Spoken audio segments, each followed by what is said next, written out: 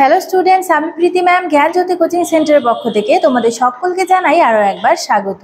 তো আজকে আমি তোমাদের সঙ্গে যে টপিকটি নিয়ে আলোচনা করব সেটা হচ্ছে, তোমরা স্ক্রিনে দেখতে পাচ্ছ ব্রাহ্মণ শিক্ষা ব্যবস্থায় শিক্ষালয়গুলির বিভিন্ন নিয়ম কানুন নিয়ে আলোচনা। তো ব্রাহ্মণ শিক্ষা ব্যবস্থায় যে শিক্ষালয়গুলি ছিল অর্থাৎ বিদ্যালয়গুলি ছিল, সেগুলিতে নিয়ম কানুন কেমন ছিল সেই বিষয়ে কিন্তু আজকে আমি আলোচনা করব। তো আলোচনার আগে তোমাদের ছোট্ট একটি ইনফরমেশন দিতে চাই, তো চলো দেখে নেওয়া যাক। দেখো, এখানে তোমাদের কোর্স ডিটেল সম্বন্ধে দেওয়া রয়েছে। তোমরা যে থার্ড সেমিস্টারে আমাদের সঙ্গে যুক্ত হতে চাও, দেখো তাহলে তোমাদের কোর্স ফি প্রথমের ছিল হচ্ছে 1199 রুপিস, এখন তোমাদের সুবিধার্থে এটি 599 রুপিস করা হয়েছে। তো তোমরা যদি আমাদের সঙ্গে যুক্ত হতে চাও অনলাইনে নোটসের জন্য, তাহলে দেখো উপরে দুটি নাম্বার দেখতে পাচ্ছ, 7076398606 নাম্বার এবং হচ্ছে 6295916282 নাম্বার। এই দুটি নাম্বারের মধ্যে যে কোনো একটি নাম্বারের সঙ্গে যোগাযোগ করে আমাদের সঙ্গে কিন্তু যুক্ত হয়ে যেতে পারো। তো চলো দেরি না করে আলোচনায় ফিরে যাই। এখানে কি বলেছে? এখানে বলেছে আদি বৈদিক যুগে তপবনে ধ্যানমগ্ন ঋষিরা মানুষের মনের অজ্ঞানতার রূপ, এটা হবে অজ্ঞানতার রূপ অন্ধকার দূর করার জন্য সচেষ্ট হয়েছিলেন। ঠিক আছে, তাহলে কি আদি বৈদিক যুগে যে তপবনে কিন্তু ঋষিমুনিরা কি করতেন? ধ্যান করতেন। ঠিক আছে, ঋষিমুনিরা ধ্যান করতেন এবং কি মানুষের মনের অজ্ঞানতার রূপ অন্ধকার দূর করার চেষ্টা করতেন। তাই প্রাচীন ঋষিরা, এখানে হবে ঋষি, প্রাচীন ঋষিরা হলেন প্রাচীন ভারতীয় শিক্ষার আদি গুরু বা আধুনিক অর্থে শিক্ষক। তাহলে কি বলা হয়েছে? প্রাচীন ঋষিরা কি প্রাচীন ঋষিরা হচ্ছে ভারতীয় শিক্ষার আদি গুরু বা আধুনিক অর্থে কিন্তু এদেরকে শিক্ষক বলা হয়, অর্থাৎ প্রাচীন গুরুদের। আর তাদের নির্জন প্রাকৃতিক পরিবেশে অবস্থিত কুটিরগুলি ছিল ভারতীয় শিক্ষালয়ের আদি রূপ। ঠিক আছে, এখানে হবে রূপ। উপনয়নের পর তরুণ বিদ্যার্থী বা ব্রহ্মচারী গুরুগৃহে উপস্থিত হতো। ঠিক আছে, গুরুগৃহে উপস্থিত হতো। দেখো, যখন ব্রাহ্মণ শিক্ষা ব্যবস্থায় কিন্তু কি ছিল? উপনয়ন ব্যবস্থা ছিল, অর্থাৎ শিক্ষা যে শুরু করবে, শিক্ষা শুরু করার আগে কিন্তু উপনয়নের মাধ্যমে তাকে শিক্ষার পথে কিন্তু এগিয়ে দেওয়া হতো, অর্থাৎ এক ধাপ এগিয়ে দেওয়া হতো।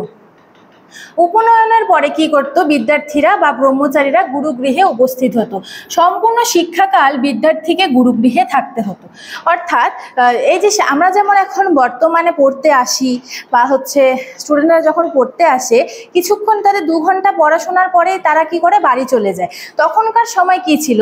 যখন শিক্ষা গ্রহণ করতে আসতো শিক্ষার্থীরা, তখন কিন্তু তারা গুরুগৃহে থেকে যেত।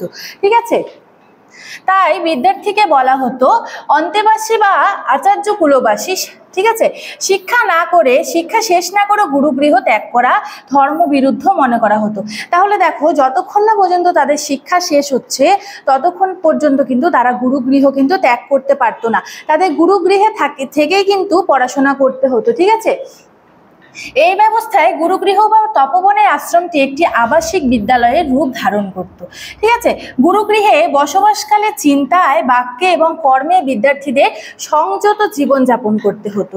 ঠিক আছে, তারা যে তাদেরকে সবসময় কি করতে হতো? তাদেরকে হচ্ছে কর্মে, বাক্যে, চিন্তায় সব দিক থেকে কিন্তু ভাবনা চিন্তা করে কথা বলতে হতো।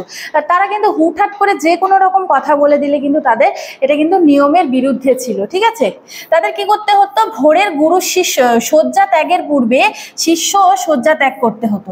অর্থাৎ কি? গুরু ঘুম থেকে উঠার আগেই কিন্তু শিষ্যদের গুরুর আগে ঘুম থেকে উঠতে হতো এবং কি করতে হতো? রাতে গুরু শয্যা গ্রহণের পর শিষ্য নিদ্রা যেত। ঠিক আছে, তাহলে কি প্রথমে বললাম হচ্ছে গুরু যখন ঘুমাতে যাবে, গুরু আগে ঘুমোতে যাবে, তারপরেই হচ্ছে কিন্তু শিষ্যরা যাবে। ঠিক আছে, এবং কি করবে? গুরু ঘুম থেকে ওঠার আগেই কিন্তু শিষ্যরা গুরুর আগেই কিন্তু বিছানা ত্যাগ করবে। ঠিক আছে, সকালে স্নানের পর আহ্নিক করে শিষ্য গুরু পরিচর্যায় নিজেকে নিয়োগ করত এবং কি করত? গুরুগৃহে সব রকম কাজই শিষ্যকে করতে হতো। দেখো, গুরুগৃহে যে সমস্ত কাজ থাকে, অর্থাৎ আমাদের বাড়িতেও কিন্তু বিভিন্ন কাজ থাকে, সেরকমই গুরুগৃহে যে সমস্ত কাজকর্ম থাকতো সেই সমস্ত কাজকর্ম কিন্তু সেই শিষ্যদেরকেই করতে হতো। এর জন্য কিন্তু আলাদা করে কোনো লোক রাখা হতো না। যজ্ঞের জন্য সমিত আহরণ ও গোধনের রক্ষণাবেক্ষণও তাদের দায়িত্ব ছিল। অর্থাৎ গোধন কাকে বলা হয়েছে?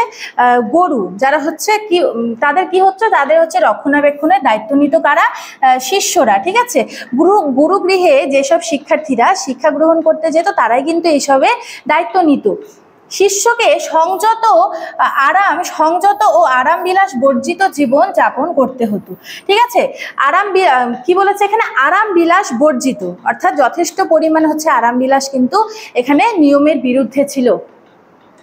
দিবানিদ্রা, অপরিমিত আহার, মিষ্টান্ন ও মশাযুক্ত গুরুপাক খাদ্য গ্রহণ, গন্ধদ্রব্য গ্রহণ, নৃত্য, গীত, বাদ্য ইত্যাদি অংশগ্রহণ শিষ্যদের নিষেধ ছিল।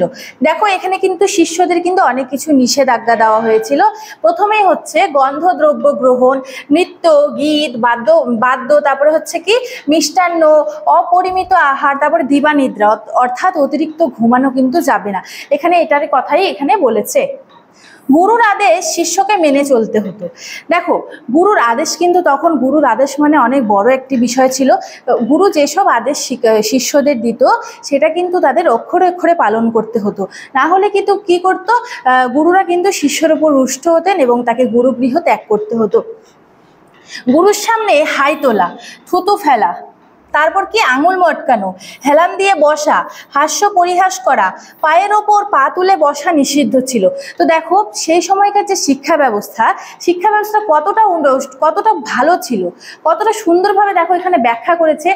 সেখানে কিন্তু দেখো এখন যেমন বর্তমানে যে শিক্ষা ব্যবস্থা, গুরুর সামনেই আমরা হচ্ছে পায়ের ওপর পা তুলে বসছি, ঠিক আছে, গুরুর মুখের উপর কথা বলছি, এরকম কিন্তু অনেক জায়গায় হয়ে থাকে। কিন্তু আগে হচ্ছে ব্রাহ্মণ শিক্ষা ব্যবস্থায় কি ছিল, গুরুর সামনে কিন্তু শিক্ষার্থীরা কি করতো, হাইও তুলতে পারতো না, এবং হচ্ছে যেমন আমরা আঙুল ফোটাই, ঠিক আছে, সেসব আঙুলও কিন্তু ফোটাতে পারতো না, এবং হেলান দিয়ে বসতে পারতো না, এবং হাস্য পরিহাস, যেমন আমরা এখন কি করি, বিষয়ভিত্তিক আলোচনার পরেও কিন্তু অন্যান্য হাস্যকর বিষয় নিয়ে আলোচনা করি। সেখানে কিন্তু ব্রাহ্মণ শিক্ষা ব্যবস্থায় এরকম হাস্যকর বিষয় কিন্তু হতো না, অর্থাৎ হাস্য পরিহাস করা কিন্তু চলতো না। তারপরে কি পায়ের ওপর পা তুলে বসা নিষিদ্ধ ছিল। গুরু ডাকলে শিষ্য যত দূরেই থাকুক না কেন তাকে দাঁড়িয়ে সাড়া দিতে হতো। ঠিক আছে, গুরু ডাকলে একজন শিষ্যকে কি করতে হতো, তার ডাকে সে যেখানেই থাকুক না কেন তাকে কিন্তু সাড়া দিতে হতো, অর্থাৎ শিষ্যকে সাড়া দিতে হতো, নচেত কিন্তু এটা নিয়মের বিরুদ্ধে ছিল।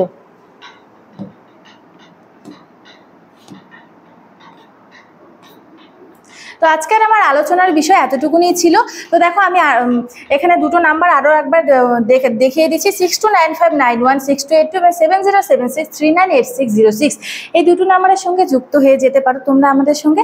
তো ভিডিওটি শেষ পর্যন্ত দেখার জন্য থ্যাংক ইউ।